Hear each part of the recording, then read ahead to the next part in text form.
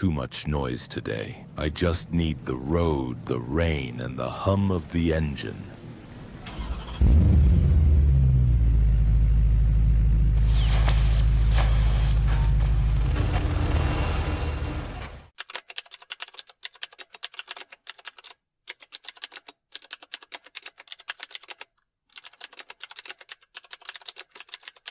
Have you ever felt like there's a part of you don't really understand? Like, you're not sure who you really are anymore? I've been there too. Let me share something with you. Maybe it'll help you see things a little clearer. You ever notice how strange it is that the people who live closest to us often know us the least? I mean, we might share a wall, a driveway, maybe even a garden fence, but still feel like strangers. Or worse, like silent rivals. I used to think neighbors were like extended family. People you could lean on in hard times, laugh with in the good ones. Turns out, sometimes the people who smile at you every morning are the same ones secretly collecting ammunition to use against you.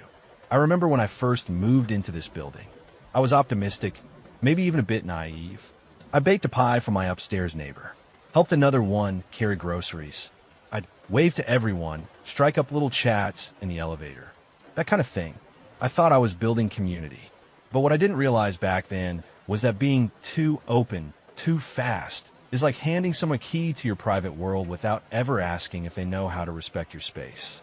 Carl Jung once said that every person carries a shadow, not just a metaphorical one, but a real psychological presence that includes all the parts of ourselves we repress or deny. And here's the thing. When you're too transparent with people who haven't earned your trust, you don't just show them your light. You awaken their shadow. You give them something to project onto, something to envy, judge, or manipulate. It's a quiet kind of betrayal when it happens. Nothing dramatic, just little shifts. A strange tone in a good morning, a subtle smirk, a conversation that goes cold. And you're left wondering, what did I do? But the truth is, you didn't do anything wrong. You were just honest in a world that doesn't always know how to handle honesty. You were warm in a place that's used to cold civility. You gave, thinking you were planting seeds of friendship, but you didn't realize you were sowing discomfort in people who didn't know what to do with sincerity. One time, after months of friendly exchanges, I finally had what I thought was a real heart-to-heart with a neighbor. We stood in the hallway for nearly an hour, talking about our families, our jobs, even some of our worries. I left that conversation feeling connected, like we turned a corner. But the very next day, I passed him in the stairwell, and nothing. No hello, just a glance, then silence.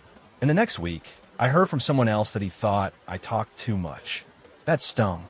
Not because he pulled away, but because I realized how quickly people turn intimacy into ammunition. How being real with the wrong person doesn't build trust.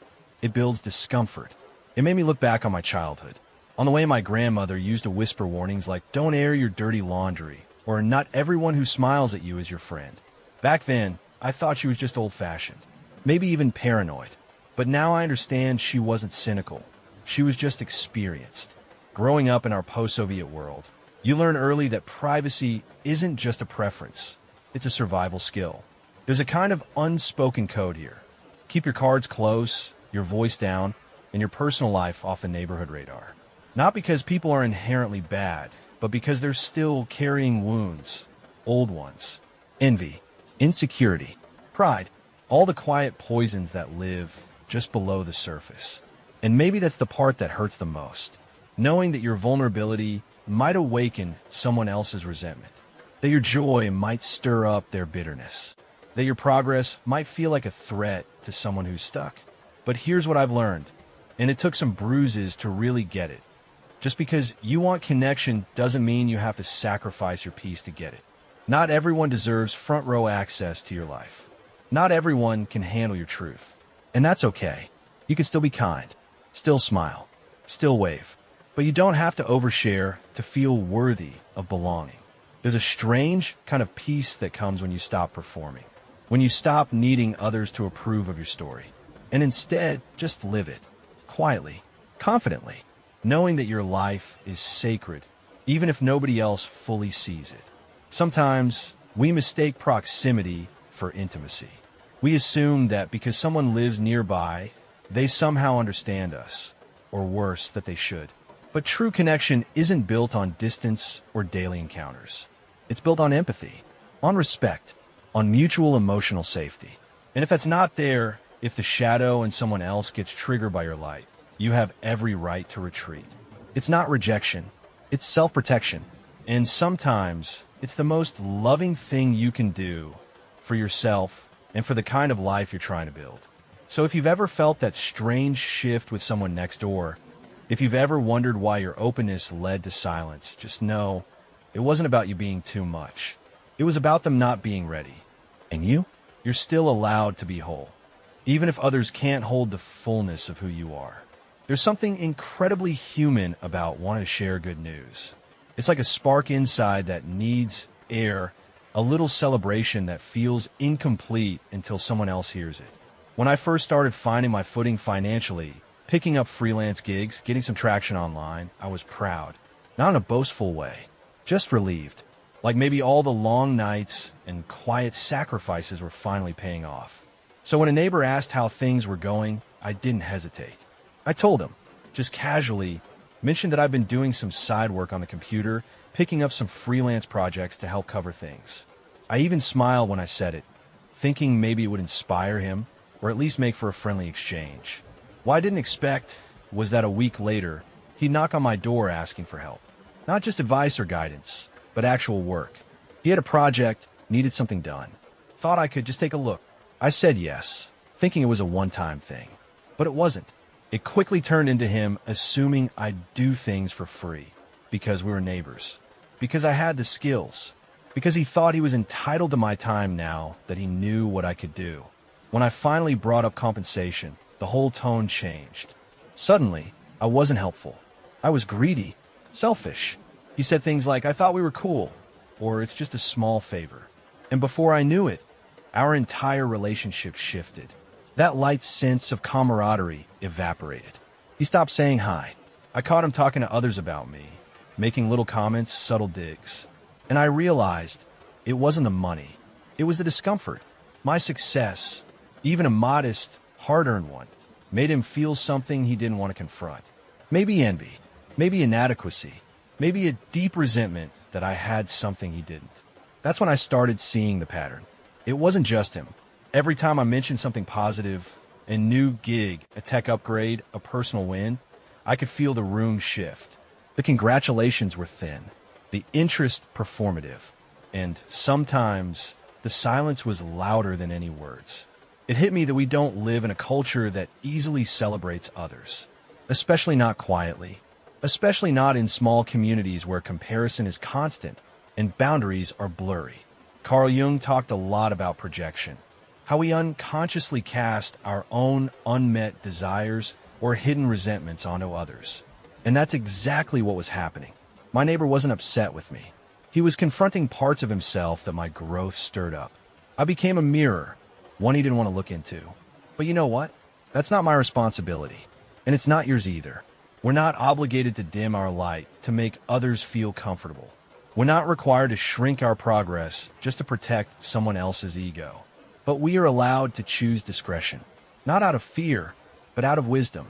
We get to decide what to share, when to share it, and with whom. And sometimes the safest answer is nothing much. Just staying busy. I used to feel guilty about that, like I was hiding something. Like being vague meant I was being inauthentic. But the truth is, protecting your peace is a form of authenticity too. It's knowing that your joy doesn't need to be validated to be real. It can exist quietly, deeply, in a space only you inhabit, and still be sacred. Over time, I've learned to keep some victories private. Not because I'm ashamed, but because I've seen how the wrong ears can distort the truth. How what you meant as a lighthearted share can turn into gossip, resentment, or manipulation. It's strange. The moment people know you're doing okay, they start to do the math. They think in terms of favors, loans, leverage. It's not even always malicious. Sometimes it's just survival instinct, old wounds, scarcity mindsets. But regardless of the reason, you end up in a position where your worth is measured not by who you are, but by what you can give. And that's a dangerous space to live in. So now, I practice emotional minimalism. I share, but sparingly. I celebrate, but inwardly. I let people earn their way into the intimate corners of my life. Not by default, not just because they're nearby, but because they've proven themselves safe. And when someone asks how work is going, I smile and say, keeping busy. Because that's the truth. And it's enough. So if you've ever felt that sting, that shift in someone's gaze after you shared something you were proud of, you're not imagining it. And you're not wrong for pulling back. You're just learning to protect what matters.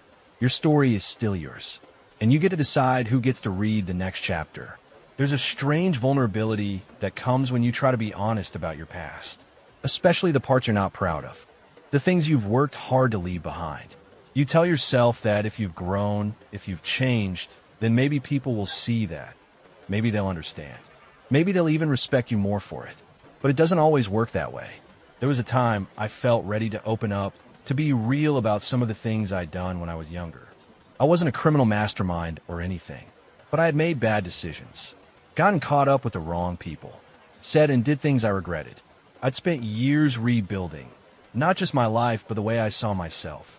And then, in a moment of what I thought was connection, I told a neighbor. I don't even know why exactly.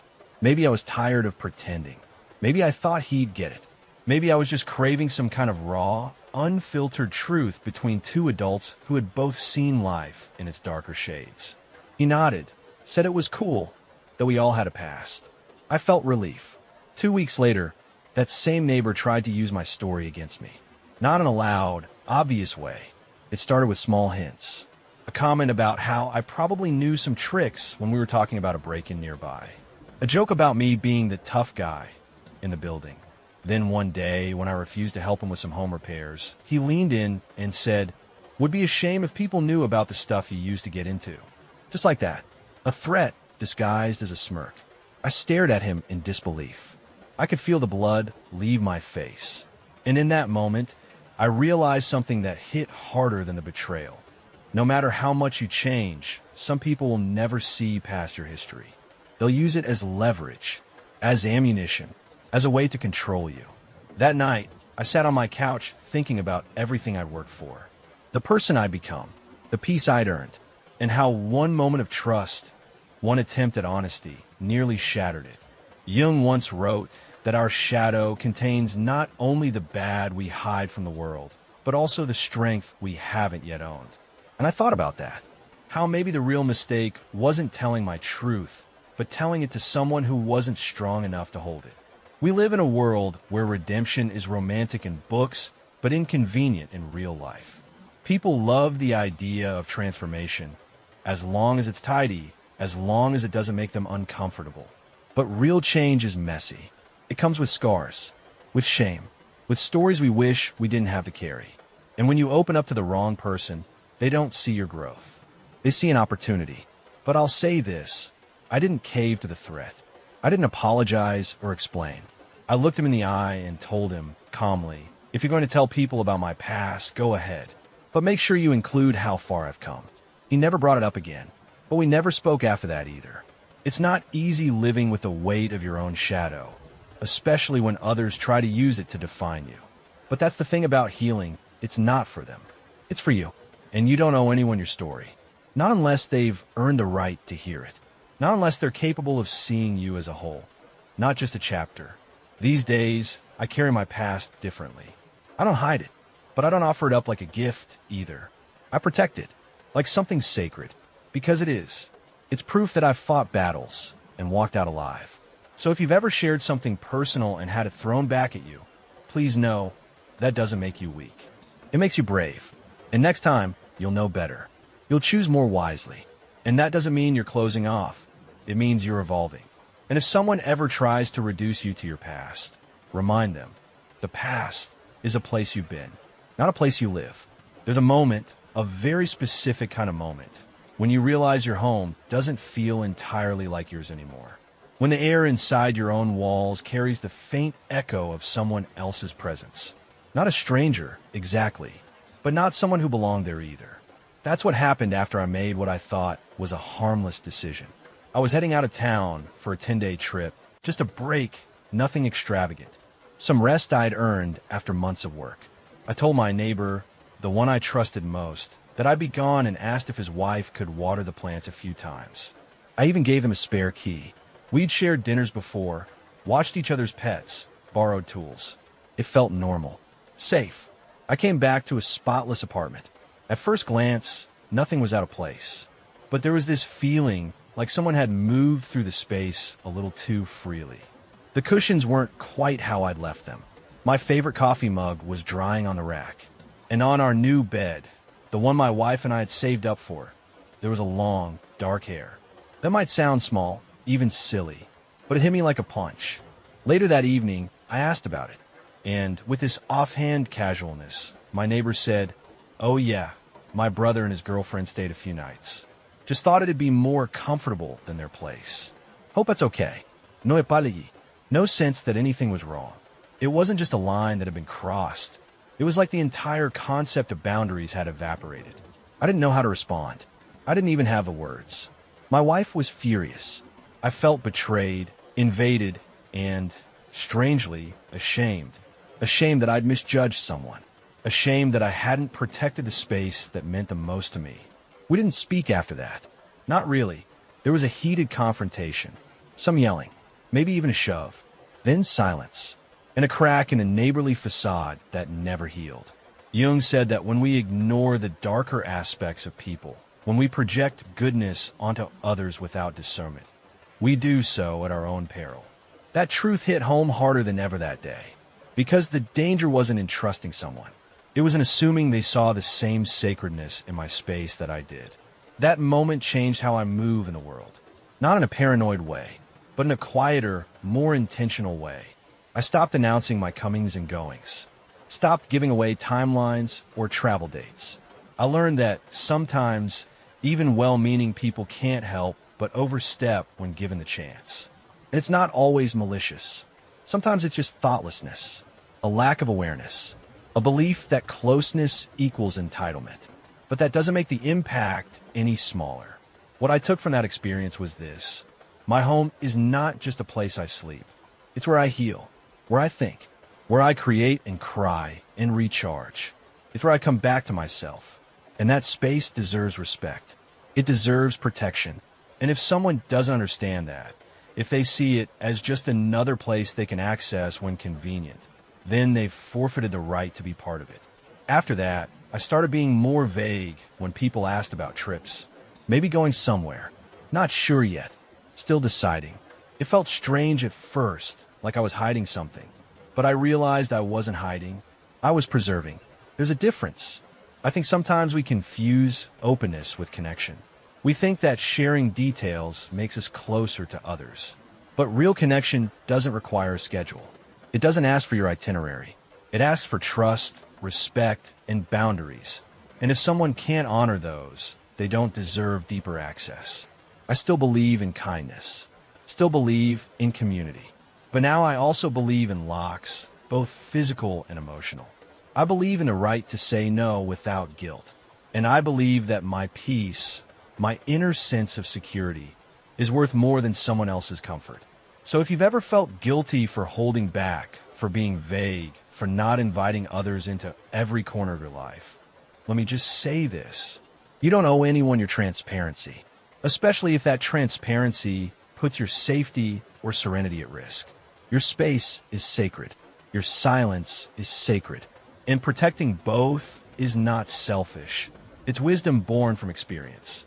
I think one of the most fragile illusions we carry is the belief that our personal life, our relationship, our family, our home dynamics can remain untouched if we simply pretend no one notices. But walls, no matter how thick, don't always keep things in. Especially not the sounds of arguments. Especially not tension. I learned that the hard way. There was a period when things between my partner and me weren't great. Nothing catastrophic, just worn down. The daily grind. Unspoken frustrations. The little resentments that build when no one wants to start a fight, but everyone wants to be heard. One night it all came out. Loud voices, slammed doors, raw honesty wrapped in heat and hurt. It wasn't our proudest moment, but it was real, human, messy, The next morning, as I was heading out, I ran into a neighbor in the stairwell. She smiled, one of those smiles that felt more like a smirk, and said, "Hope today goes better than last night." We heard quite a show. Then she winked, like we shared some inside joke. Only I wasn't laughing. I don't know if it was embarrassment or anger that hit me first. But what stayed with me was something deeper, this feeling of exposure. Like our private struggle had been dragged out into the cold, public air and pinned to the wall for all to see. And it wasn't just that one moment. After that, it felt like people looked at us differently. A little longer, a little closer, with curiosity, pity, judgment. That's when I started to understand why our grandparents always whispered things like, "Don't bring the family's business into the street." It wasn't about shame. It was about dignity, about protecting something intimate from being diluted by public perception. Carl Jung talked about individuation, the process of becoming whole, of integrating all the fragmented parts of ourselves. And for many of us, that process begins at home, in our relationships, in the way we confront or avoid conflict, in the way we navigate love, disappointment, longing. But when your private life becomes public fodder, it stops being a space of healing. It turns into a performance. You start to edit yourself, even inside your own house. You argue more quietly, or not at all. You don't reach for each other, not because the love is gone, but because the audience might still be watching. And that's devastating, because your home is supposed to be the one place where you can fall apart and put yourself back together without needing to explain the process to anyone. I started to notice how even small things, a sigh, a slammed drawer, footsteps pacing too long, were being observed, noticed, filed away by neighbors who had nothing better to do than piece together your life from behind their curtains. And it makes you retreat, not just from your neighbors, but from your own emotional honesty. You start whispering things you used to say freely. You tiptoe around your own emotions, because somewhere along the line, your home stopped feeling like yours. But I'll tell you what changed it for me. One day, I caught myself hesitating before opening my front door, just standing there, hand on the knob, wondering who might be in the hallway, what they might hear. And I realized I was living in a cage built from other people's opinions. And the door? It wasn't locked. I just forgot I could walk out. That day, I made a decision. I stopped caring what they thought. I stopped adjusting my voice, my life, my marriage, to fit the imagined comfort of people who never once asked how we were doing, only what was going on. But more importantly, I started building emotional walls inside my physical walls. Not to shut out my partner, but to shield our relationship from the weather of the outside world. I stopped venting in the stairwell. I stopped answering nosy questions with anything other than, "We're good, thanks." I chose my words the same way I chose my furniture. Intentionally, for comfort, not display. We still argue sometimes. That's just life. But we do it with care now, with the understanding that our relationship isn't a spectator sport. It's a sacred space, and the less noise we invite into it, the clearer we can actually hear each other. So if you've ever felt the sting of your private life being too visible, if you've ever been the subject of whispers because someone overheard your worst day, I want you to know this. You're not alone, and you're not broken. You're human, but you don't owe your healing to anyone else's curiosity. Let them speculate. Let them gossip. They don't get to write your story. Because the real work, the hard conversations, the silent forgiveness, the midnight apologies, that's all happening where it matters most. And no one needs to understand it but you. There's a kind of freedom that comes when you stop explaining yourself. When you realize that not everything about your life needs to be on display. Not your money, not your struggles, not even your gifts. But for the longest time, I didn't see it that way.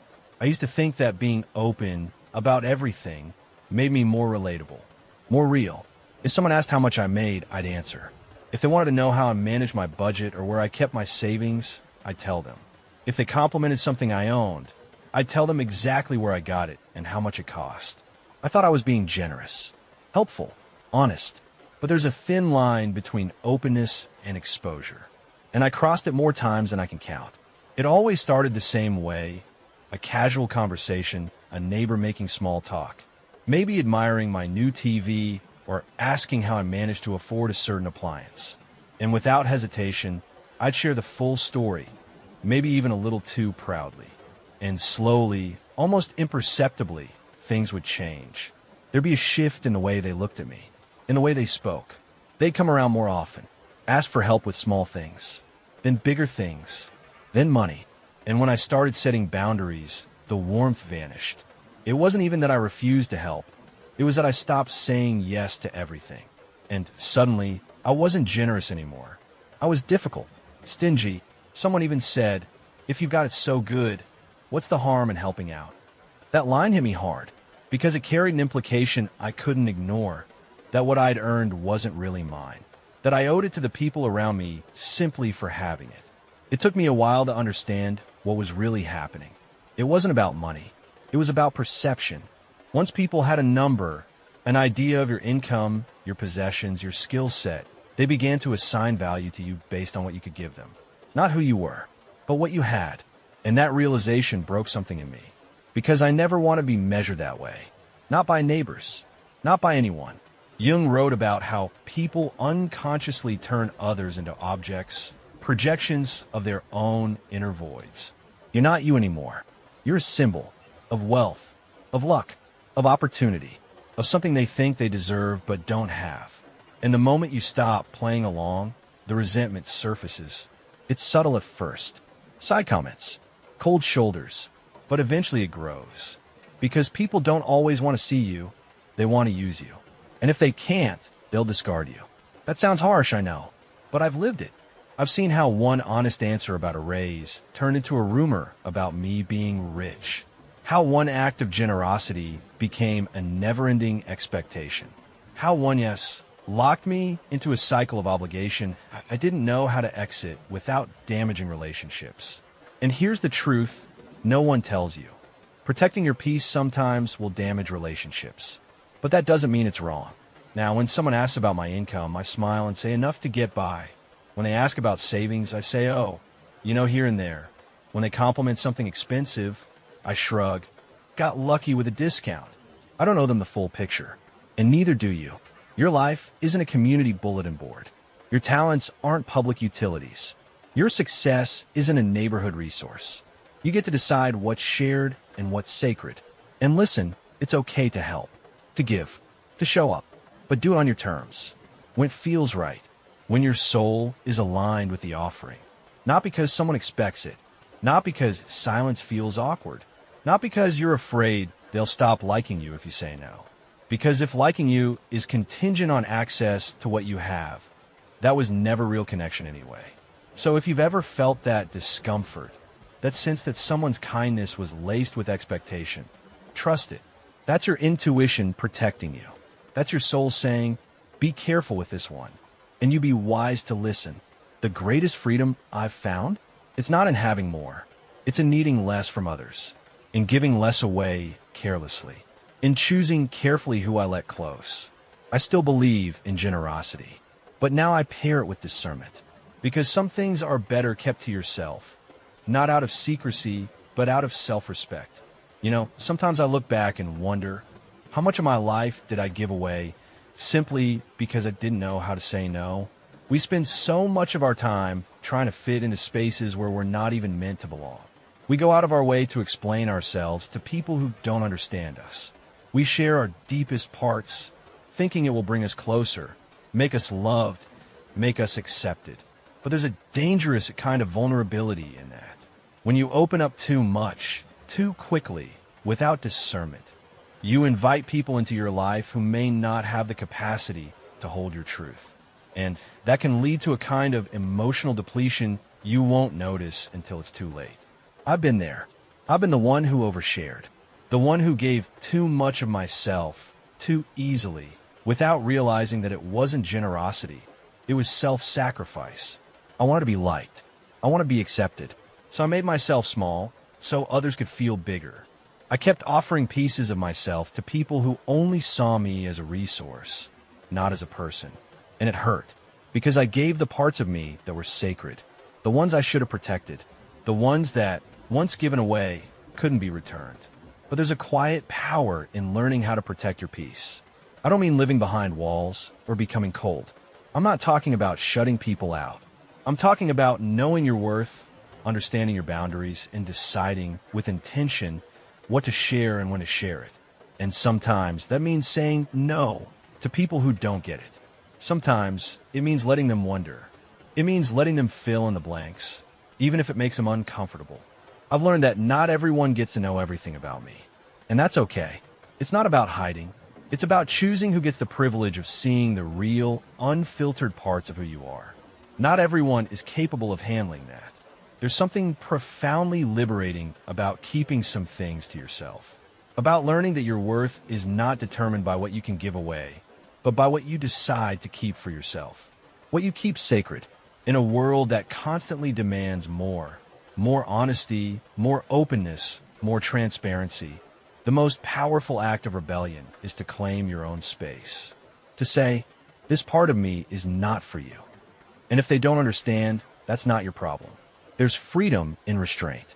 There's power in knowing that some things are too precious to share, too vulnerable to expose to the world. And the more you protect those parts, the more you discover how strong and whole you truly are. Because here's the thing, the world doesn't need to know everything about you to love you. Your friends don't need to see every corner of your soul to accept you. And the people who truly care about you, they'll respect your boundaries. They'll see the parts of you that matter, and they'll cherish them without demanding access to everything. It's the people who can't respect your boundaries who are the ones that will drain you. They're the ones who will take without giving, use without appreciating, and then wonder why you're exhausted when you've given all you had. But here's what I've learned. You can't pour from an empty cup. And you can't heal if you're constantly being bled dry by people who don't deserve your openness. So I guard my peace now. I protect my sacred spaces. And I choose wisely who I let in. And if someone tries to take more than I'm willing to give, I step back. I create distance. I don't explain myself. I don't owe them an apology for keeping parts of myself whole. This is my life, my story, and the parts of me that are truly mine, they belong to me, not to anyone else. If this felt meaningful to you, it might mean something to someone else too. So hit like, leave a comment, or subscribe. That's how YouTube knows to share with others. Maybe together, we can help someone see things a little differently.